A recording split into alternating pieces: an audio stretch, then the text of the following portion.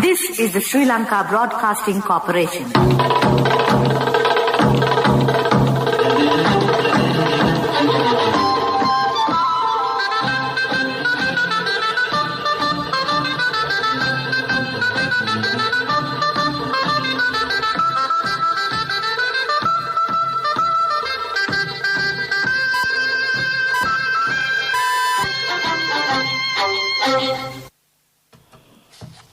(6:15). This is the Sri Lanka Broadcasting Corporation. The news edited by Dulmin Samarasinghe and read by Niranjan Abesundara. Tourist agencies which do not follow health guidelines will be blacklisted. The Colombo National Hospital increased the number of PCR tests conducted daily. Elections Commission said that provincial council elections should be conducted soon. A formal inquiry is to be conducted into the corruption at the Mahapala Higher Education Scholarship Trust Fund. In world news, coronavirus prompted changes to the global workforce to be permanent. Sports news, Australian and Chinese Grand Prix postponed due to coronavirus restrictions. Minister Prasanna Ranatunga said that after opening the country on the 21st, all tourist agencies that do not follow health guidelines when bringing down tourists will be blacklisted. The minister mentioned this during a meeting held yesterday with stakeholders in the tourism industry. Mr. Ranatunga said it is compulsory for tourist agencies to get prior approval of the Tourism Development Authority when bringing down tourists. He said the authority should be informed early about the places tourists would visit. Accordingly, the authority will be supervising the places they visit from their arrival until their departure. The minister said the 24-hour operations centre is functioning in this regard. Attention was paid on flight operations from Katunayak and Matala airports on the 21st of this month. He pointed out there is no possibility of mixing the locals and the foreign tourists at the airport. Minister Prasanna Ranatunga emphasized tourists will not be brought down from a country that has not been approved by the COVID committee or health authorities. The director of the Colombo National Hospital, Dr. Kumara Wickramasinghe, said that they can conduct 200 PCR tests daily from today. He said the PCR laboratory set up at the hospital will be conducting tests twice a day. He said the hospital commenced tests from today. PCR tests of the Colombo National Hospital were conducted at the Medical Research Institute and Mullairiyava Hospital up to now. 13 million rupees have been given by the Tissa De Silva Foundation to the purchase equipment needed to set up the laboratory. Hema's group has given a PCR machine valued at 5 million rupees. The chairman of the Elections Commission, Nimal Punchiheva, said that the provincial council election should be conducted soon to meet the aspirations of the people. Elections Commission chairman mentioned this when heads of media organizations asked him about conducting the provincial council election. He said decision to conduct the provincial council election should be taken according to the state policy. He pointed out provincial councils are functioning with governor and officials. The government allocates funds for the institutions under the provincial council ministry. He said it is undemocratic although provincial councils function without public representatives. Meanwhile, Minister Udaya Gamapilla said during the cabinet press briefing today that leaders of the governing party decided the provincial council elections should not be held due to the prevailing pandemic. He said the election can be conducted later according to health recommendations and present situation improves. State Minister Sulil Premajayanta said legal issues to be solved before conducting the provincial council election.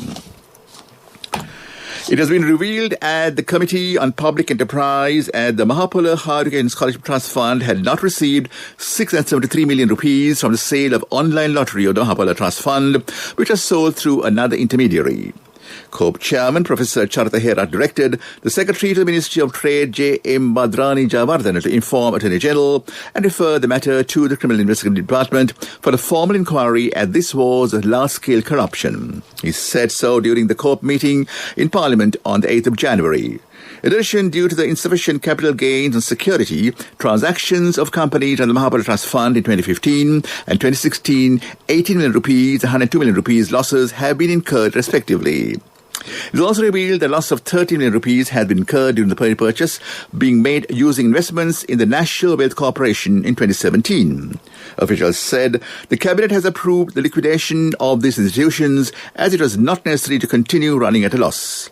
COPE chairman, Professor Hajat Herat, said, although it would not be a problem to liquidate after punishing the culprits, it would not be appropriate to liquidate these institutions without proper investigation into the situation of such large-scale frauds. The COPE recommended, after conducting a proper study on the irregularities with regard to the National Wealth Corporation and National Wealth Securities Corporation, the companies under the Mahapala Trust Fund, that both institutions should be summoned before the COPE as soon as possible, and the liquidation should be delayed until the irregularities are properly monitored. The current situation of the Sri Lanka Institute of Information Technology was also discussed. The annual convocation of the National Institute of Social Development was held today on the patron of the Prime Minister Mahinda Rajapaksa at the BMSCH in Colombo. The Prime Minister handed over degree certificates to 50 graduates. 76 who completed the basic degree on social work have been eligible to receive the degrees. Foreign Minister Dinesh Gunawardena sought the assistance of the honorary consuls based in Colombo to encourage foreign investors to invest in Sri Lanka. The minister made his request at a meeting held yesterday with honorary consuls based in Colombo at the Foreign Ministry. Foreign Secretary Admiral Professor Jayant Kolomage said that Sri Lanka is in a position to market its quality tea worldwide. State Minister Tharaka Balasuri explained State Ministry's role of promoting regional cooperation under three pillars in line with the vision and guidance of the President Gotabaya Rajapaksa. The meeting created a platform for dialogue between the honorary consuls and the foreign ministry officials on current topics, which included ways and means of bringing investors to Sri Lanka during the period of the pandemic, opening the airport for tourists, and for the new foreign policy of Sri Lanka. State Minister of Transport Dilum Amanugama said the Park and Ride City Bus Service system will come into effect from Friday from the Makumara Multimodal Transport Centre. It is the launching ceremony of the system will be held on the patron of the President, Gotabaya Rajapaksa. He said, the Park and Ride system is a method introduced for people to engage in day-to-day activities without entering the city of Colombo driving their vehicles. He said system was designed to run a city bus every 15 minutes. Ms. Amadugama said those buses have been provided with Wi-Fi facilities and GPS tracking facilities. A mobile application has been launched to locate the arrival of the next bus. The ministry has also decided to introduce an e-ticketing system so that there would be no necessity to use currency notes in the buses. Parliamentarian Ranjan Ramanayaka, who was sentenced to a 4-year rigorous imprisonment, has been taken to the Correctional Centre for Youth Offenders in Pallansena for quarantine. Supreme Court this morning decided to sentence the parliamentarian to 4 years of rigorous imprisonment over a case of contempt of court. Last month, Supreme Court Judge Bench had scheduled further clarification on the matter for today. The unanimous verdict was delivered by a 3-judge bench comprising of Justices Sisira Diabru, Vidit Malalgoda and Preeti Padman Surasena. The Financial Intelligence Unit, which operates under the Central Bank, yesterday said fined 3 finance companies to the tune of 2.3 million rupees in the past 6 months up to 31st December 2020 under the Anti-Money Laundering and Combating the Financing of Terrorism laws. Accordingly, Richard Pires Finance Limited was fined 300,000 rupees, while SoftLogic Finance PLC and Siyapatha Finance PLC were fined 1 million rupees each. This news broadcast comes to you from the Sri Lanka Broadcasting Corporation. Save your card with a balance transfer facility from People's Bank. More details at peoplesbank.lk. Myanmar decided to confer the honorary religious title of Agamaha Pandita on 4 Sri Lankan Buddhist monks and several other honorary titles on 3 Buddhist priests and 1 layman from Sri Lanka. The President of Myanmar, U Win Mint, said that decided to confer the honorary titles in the honor of the 70th anniversary of the Independence Day of Myanmar. Ratna Sutra chanting organized the Sri Lanka Broadcasting Corporation takes place this evening from Tangala Sri Jasumanarama Temple. Ratna Sutra chanting will be held on the guidance of the Chief Mangal Temple Venerable Ridhigama Sadalankara Thero. It will be broadcast at 6:30 p.m. with SLB's single commercial service, City FM and regional services. And that ends local news for now. Save your card with a balance transfer facility from People's Bank. Transfer the balance of another credit card to a People's Bank credit card with the lowest interest rate. More details at www.peoplesbank.lk.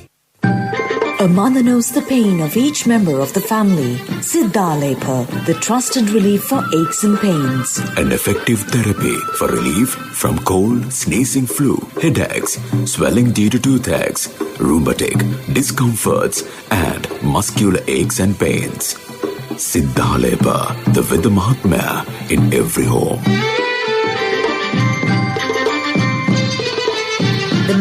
story is brought to you by Siddhalepa Vedamahatmya. The Minister of Health said that 530 COVID-19 patients have recovered and were discharged from hospitals within the last 24 hours. This brings the total number of COVID-19 recoveries in the country to 42,621. The tally of coronavirus cases reported in the country thus far stands at 48,949, while 688 of them are under medical care presently. 240 have died due to the virus. That was the main news story. The main news story was brought to you by Siddhalepa Vedamahatmya. Brush your teeth twice a day for healthy teeth and gums. Supiriviki and Kakulu, your trusted brands in oral care for many years. Supiriviki Ayurvedic toothpaste for adults. Kakulu Ayurvedic toothpaste for kids. 9 Ayurvedic ingredients of Supiriviki will protect your teeth and strengthen your gums. Supiriviki and Kakulu, products from Siddhalepa. On to Watchla, the Government Medical Officers Association said under the new normalcy and following health guidelines, people have to live with the coronavirus for another 2 or 3 years. GMOA editor Dr. Haritha Aruthage said, COVID-19 is a global pandemic and there is no escape from the situation. He pointed out that the World Health Organization is unable to predict a time period to eradicate the virus. That came to in Watchlight. World News. Brought to you by courtesy of... From the first step you take till the time we meet, the trusted leader prioritizes you always. All you need under one roof. People's Leasing, the trusted leader. Coronavirus prompted changes to the global workforce to be permanent. Democrats are barreling towards impeaching Trump in the wake of the Capitol siege. India's Supreme Court orders stay on the new farm law that riled the growers. Sweeping changes to the global labour market caused by the coronavirus pandemic will likely be permanent, policymakers say today, as some industries collapse, others flourish and workers stay at home. The International Labour Organization estimated that the impact of huge job losses worldwide is creating a fiscal gap that threatens to increase inequality between the richer and poorer countries.